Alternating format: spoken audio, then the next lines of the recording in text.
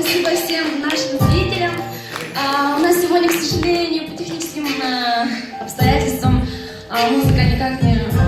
очень огорчились сами, но ничего страшного. Дети у них, как бы премьера у них прошла в декабре, и они играют сегодня